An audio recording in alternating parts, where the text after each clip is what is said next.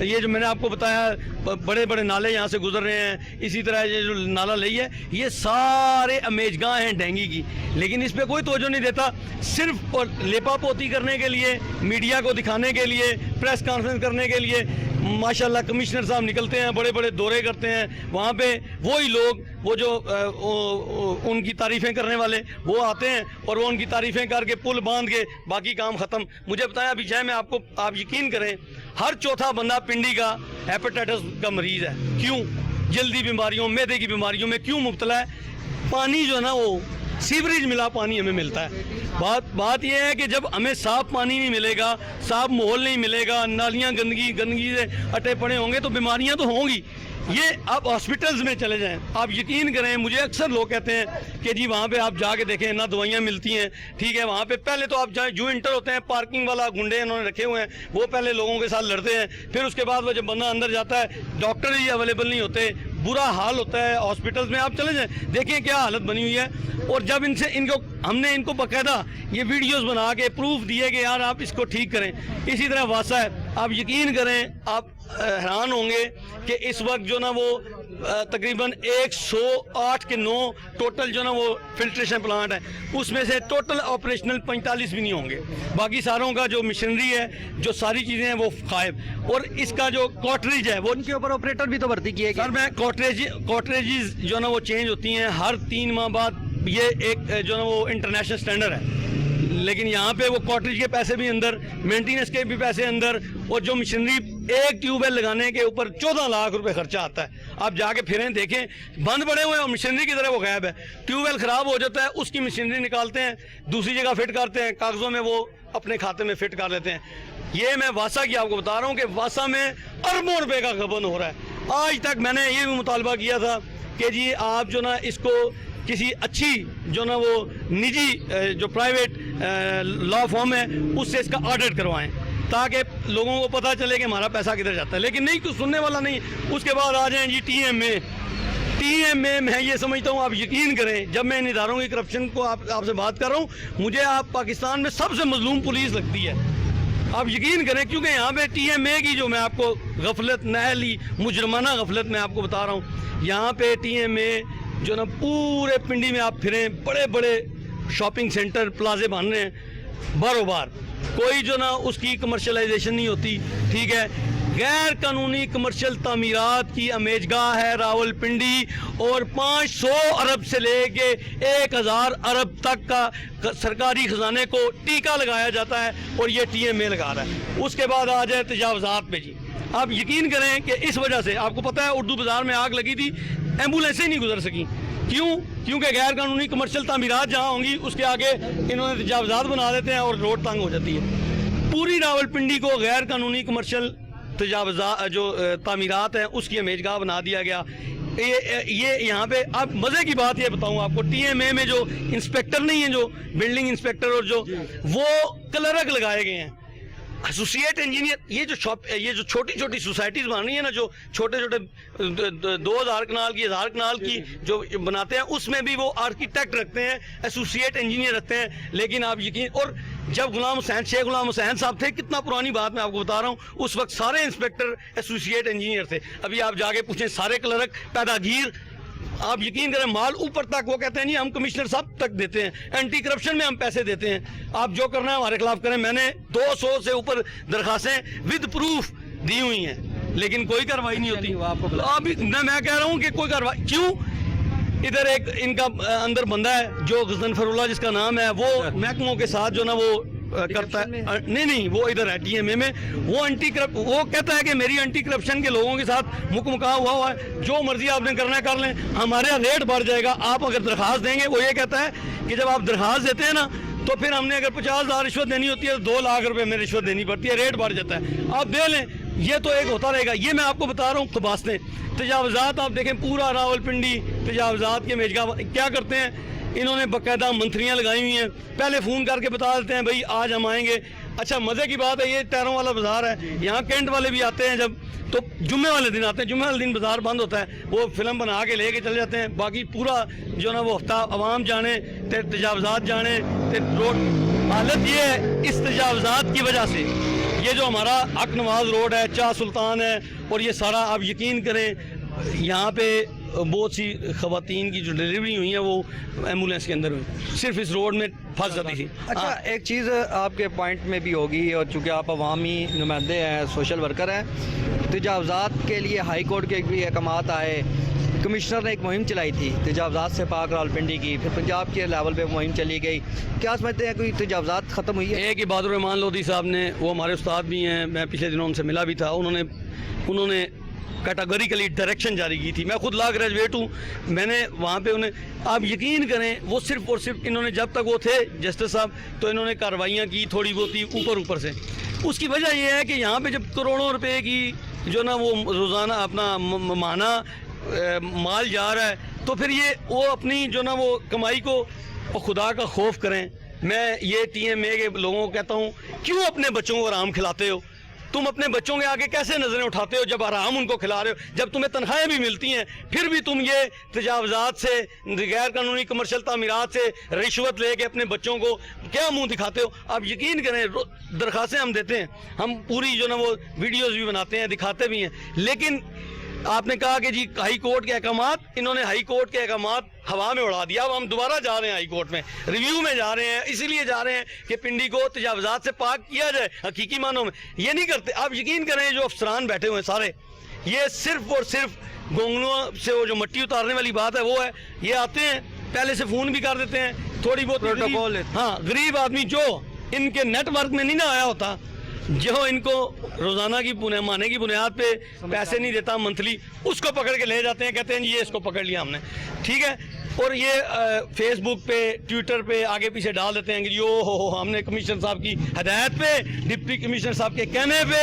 ہم نے سی او کے کہنے پہ ہم نے فلانا کام کر دیا، ہوتا کچھ بھی نہیں ہے۔ اور میں آپ کو بتاؤں، آپ حالت دیکھیں، لائٹ ڈپارٹمنٹ ہے پوری پنڈی میں، سب جانتے ہیں کہ لائٹ ڈپارٹمنٹ لائٹیں کون سپلائی، نون لیگ کا ایک فخر وڑیچ ہے، وہ یہ لائٹیں سپلائی کرتا ہے، اور پورا کروڑوں روپے کے ٹھیکے ہیں، کروڑوں روپے کے ٹھیکے یہ لائٹوں میں غبن ہو رہے ہیں، کوئی پوچھنے والا نہیں۔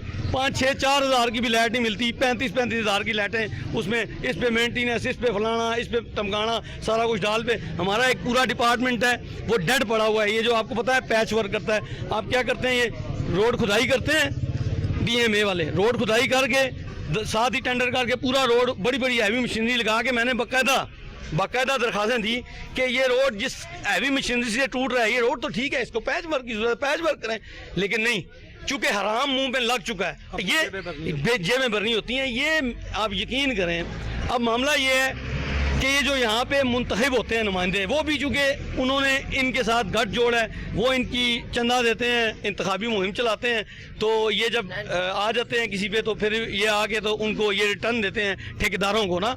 اب معاملہ یہ ہے کہ جس وقت تک عام گراس روٹ لیول سے اس جو نا مسائل کو سمجھنے والا، اس ایشوز کو ایڈریس کرنے والا اور اس کو حل کرنے کے لیے کوئی دینے والا، میپ دینے والا نہیں ہوگا، تو یہ تو کام چلتا رہے گا، غریب روتا رہے گا، کام یہاں کچھ بھی نہیں ہونا۔ آپ یقین کریں، یہ صرف جو کام بھی کرتے ہیں نا کمیشن کے لیے ہوتا ہے، اس کے پیچھے تو اداروں میں چلے کہتے ہیں۔ میں کہتا ہوں، آپ یقین کریں، میں اس آپ کے این نور کے توسط سے جو نا وہ آرمی چیف صاحب سے اور چیف جسٹس آف پاکستان سے یہ مطالبہ کروں، چونکہ وہ دو اس وقت پاکستان میں طاقتیں چل رہی ہیں اور کوئی بھی نہیں ہے، میں ان سے یہ کہوں گا کہ یہ جو تعمیراتی آپ جو فنڈ جاری کر رہے ہیں سالانہ کی بنیاد پہ اربوں روپے کا، روک دیں۔ یہ ترقیاتی تعمیراتی فنڈ جو ترقیاتی، جس کے نام ترقیاتی کے نام پہ ہمارا جو اربوں خربوں کا بجٹ ہے، اس کو روک دیں۔ یہ جو محکمے ہیں ان کو کہیں خود جنریٹ کریں، خود آپ یہ کام کریں۔ آپ یقین کریں، اربوں خربوں روپے لگا کے کام جو نا وہ ٹکے کا نہیں ہو رہا، سارے پیسے اس میں کرپشن میں جا رہے ہیں۔ اگر اس کرپشن کو روک دیں صرف پنڈی میں اور پورے اس میں غیر قانونی کمرشل تعمیرات کو اور ترقیاتی فنڈز کے ضیاع کو روک دیا جائے تو آئی ایم ایف کی ضرورت نہیں پڑے گی۔ جی ناظرین، جیسا کہ ہمارے ساتھ ظہیر امان صاحب موجود تھے، کو کوئی آگے حالات نظر آ رہے ہیں تبدیلی کے؟ دیکھیں جی، عوام جو ہے نا وہ اپنا دکھڑا سنا رہی تھی آپ کے سامنے۔ جی جی، اس وقت پورے پاکستان کی 24 کروڑ عوام کی یہی رائے ہے جو ادھر آپ نے سنی ہے۔ معاملہ یہ ہے کہ جب لوگوں کو اب سمجھ آ گئی ہے، لوگوں کو پتہ چل گیا ہے کہ یہ جو ہمارے اوپر زبردستی زور زبردستی سے مسلط کرنے کی کوشش کی جا رہی ہے، ان کا ماضی کیا ہے سب جانتے ہیں۔ ایون فیلڈ میں انہوں نے جو محل بنائے، جو سرے محل ہے اور جو ساری چیزیں ہیں وہ عوام کے سامنے کھل کے آئی ہوئی ہیں۔ غریب عوام مانگتی کیا ہے؟ غریب عوام مانگتی ہے آٹا، چینی، چاول، دالیں اور خود مختاری، آزادی، یہ مانگتی ہے۔ یہ دیکھیں نا فریڈم آف سپیچ، یہ جو میں بات کر رہا ہوں، جو آپ ریکارڈ کر رہے ہیں، یہ تو میرا آئین مجھے جو نا وہ اس کا تحفظ دیتا ہے۔ اگر میں یہ بات ہی نہ کر سکوں، میری بولتی بند کر دی جائے، یہاں پہ تو صحافیوں کی بولتی بند کر دی گئی، تو عام غریب عوام، آپ یقین کریں ابھی جو غریب عوام بول رہی تھی نا، یہ بہت تھوڑا ان کا اندر سے وہ بول رہے تھے، لیکن وہ ڈرے ہوئے ہیں چونکہ یہاں پہ جو بولتا ہے اس کو عبرت کا نشان بنایا جاتا ہے کہ وہ دوسرے بھی اس کو دیکھ لیں کہ اس طرح مت بولنا، جو ہم کہہ رہے ہیں، جو ہم نے بیانیہ دیا ہے وہی بیانیہ ہے۔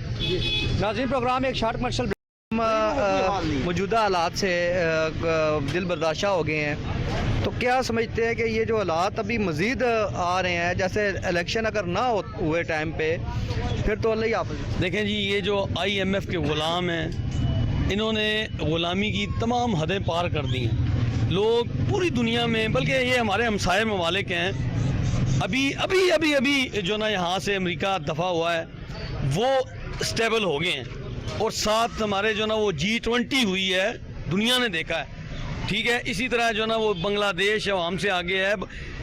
لوگوں نے، ہر ملک جو ہے وہ اپنی پالیسی بناتا ہے اور اپنے لیے کام کرتا ہے۔ ہمارا ملک ایسا ہے، اس کی جو اشرافیہ ہے، اس کے جو لوگ ہیں، یہ غلامی کی تمام حدیں پار کر کے اپنے ذاتی فائدے کے لیے، آپ یقین کریں، یہ IMF کے جو قرضے ہیں، یہ قرضے IMF کے لے کے ان کے اپنے، آپ یقین کریں اگر سارے بینک بیلنس چیک کیے جائیں نا، ٹھیک ہے، یہ جو زرداری ہے اور یہ جو نواز شریف ہے اور یہ جو یہاں پہ جتنے رہے ہیں، ٹھیک ہے، آپ سب کے قرضے چیک کریں اور IMF کا قرضہ چیک کریں، ان کے پاس جو پیسہ ہے وہ سارا ہمارا پیسہ ہے، IMF سے لیتے ہیں پیسے، اور ان کے پاس کوئی پالیسی ہے ہی نہیں، نہ یہ بنا سکتے، فیل لوگ ہیں، ماضی کے ہیں، آپ یقین کریں، میں یہ دعوے سے کہتا ہوں، یہ آپ کے کیمرے کے سامنے کہتا ہوں کہ یہ لوگ ماضی کے لوگ ہیں، ان کے پاس کوئی پالیسیز نہیں تھی، ان کو حکمرانی کا پورا موقع ملا، لیکن یہ ڈیلیور نہیں کر سکتے، سوائے IMF سے قرضہ لینے کے، اس ملک کو قرضوں کے نیچے ڈبونے سے۔ آج میرا بچہ یہ جو کھڑا ہے، وہ بچے کھڑے ہیں، آپ یقین کریں ہر بچہ مقروض ہے IMF کا۔ IMF کا مقروض کیوں مقروض ہے؟ آپ مجھے بتائیں کہ زرعی زمینیں ہیں ہمارے پاس، ہماری زمینیں سونا اگلتی ہیں، ہمارے پاس دنیا کی ہر جو نا وہ چیزیں موجود ہیں، ہمارے پاس بہترین قسم کی جو نا وہ پہاڑ ہیں، بہترین قسم کے معدنیات ہیں، آئل یہاں پہ ہے، گیس یہاں پہ ہے، بجلی، ایٹم بم بن گیا۔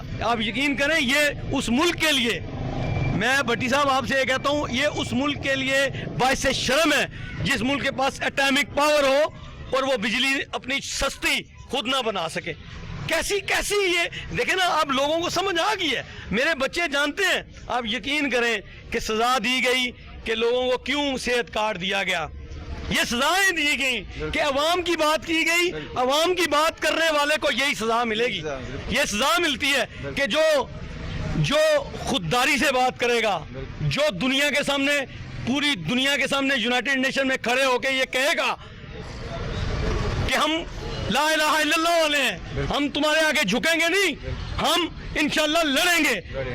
جب یہ بات کریں گے تو دنیا میں یہ تھرتھلی مچی ہوئی تھی کہ یار یہ کون بندہ آ گیا ہے جو یہ خود مختاری کی بات کرتا ہے، جو آزاد پالیسی کی بات کرتا ہے، جو عوام کی بات کرتا ہے، اس کو کدھر سے لے آئے ہو؟ یہ آ گیا تو پھر بھول جاؤ، اس قوم کو اتنا شعور مل چکا ہے، یہ کہتے ہیں جی اس قوم کو ہم نے جو شعور ملا ہے نا، اس شعور کو دبانے کی پوری کوشش کر رہے ہیں، لیکن دبے گا نہیں۔ وہ دور گیا جب گولی ماری اور پہاڑ پہ چڑھ گئے، وہ دور گیا۔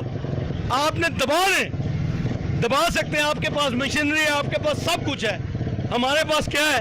ہمارے پاس انشاءاللہ جو نظریہ ہے، ہمارے پاس جو اب اس وقت ہماری قوم تیار ہو چکی ہے انشاءاللہ۔ دیکھیں جی، بات یہ ہے کہ یہ ملک میرا ہے، یہ ملک ہمارا ہے، یہ کسی کے باپ کی جاگیر نہیں ہے، اور خاص کر ان کی جاگیر نہیں ہے، یہ ملک میرا ہے، یہ ملک ہمارا ہے۔ اس ملک کی انشاءاللہ پالیسیاں ہم بنائیں گے. اب نوجوان انشاءاللہ جاگ چکا ہے. آپ نے دیکھا جتنے لوگ یہاں پہ, کسی کو میں نے نہیں کہا, ہر بندہ کر رہا ہے. یار جب لوگ سارے یہ بات کہہ رہے ہیں پوری, اب سارے سروے آپ کروا لیں, جتنے مرضی سروے کروا لیں, میں آپ کو بتا رہا ہوں, آپ یقین کریں, صرف یہ الیکشن اس لیے نہیں کروا رہے کہ قوم نہیں مان رہی. قوم نہیں مان رہی, ان کی تو بات ہو گئی ہے, قوم کی بھی بات ہو گئی ہے, قوم بھی ڈٹی ہوئی ہے. قوم یہ کہتی ہے کہ ہم صرف اور صرف اس کو ووٹ دیں گے جو ہمیں صحت کارڈ دے گا, جو ہمیں تعلیمی کارڈ دے گا, جو ہمیں خود مختاری دے گا, جو ہمیں آزاد کرے گا, یہ IMF کی غلامی سے آزاد کرے گا, امریکہ کی غلامی سے آزاد کرے گا, یہ اغیار کی غلامی, آگے اغیار کے آگے جو جھکے ہوئے ہمارے حکمران ہیں جو جا کے ایسے کھڑے ہوتے ہیں, یہ نہیں ایسے کھڑے ہونا ہے انشاءاللہ. ہمارا ملک ہے, ہم نے, آپ مجھے بتائیں کتنے لوگ ہم نے برباد دیے, دوسروں کی جنگوں میں جھونک دیے, کیوں؟ عوام پوچھتی ہے, عوام کو پوچھنے کا حق بھی نہیں دے رہے ہو, نہ کھانے کو دے رہے ہو, نہ پوچھے, نہ کچھ کرے, صرف جو تم کو یہ نیا برانڈ آیا ہے, یہ پرانا آیا ہے, یہ فلاں آیا ہے, اس کو آپ نے سلیکٹ, اب نہیں ہوگا, اب نہیں ہوگا. آپ دیکھ لیں, آپ کر لیں, جو کرنا ہے آپ کر لیں, لیکن آپ دیکھیں عوام دیکھ کے, عوام یہ دیکھ رہی ہے کہ مجھے آٹا, چینی, چاول, دالیں, گیس, بجلی, پیٹرول کچھ نہیں مل رہا, وہ کدھر جائیں؟ اب یقین کریں عوام پتھر کے زمانے میں جی رہی ہے.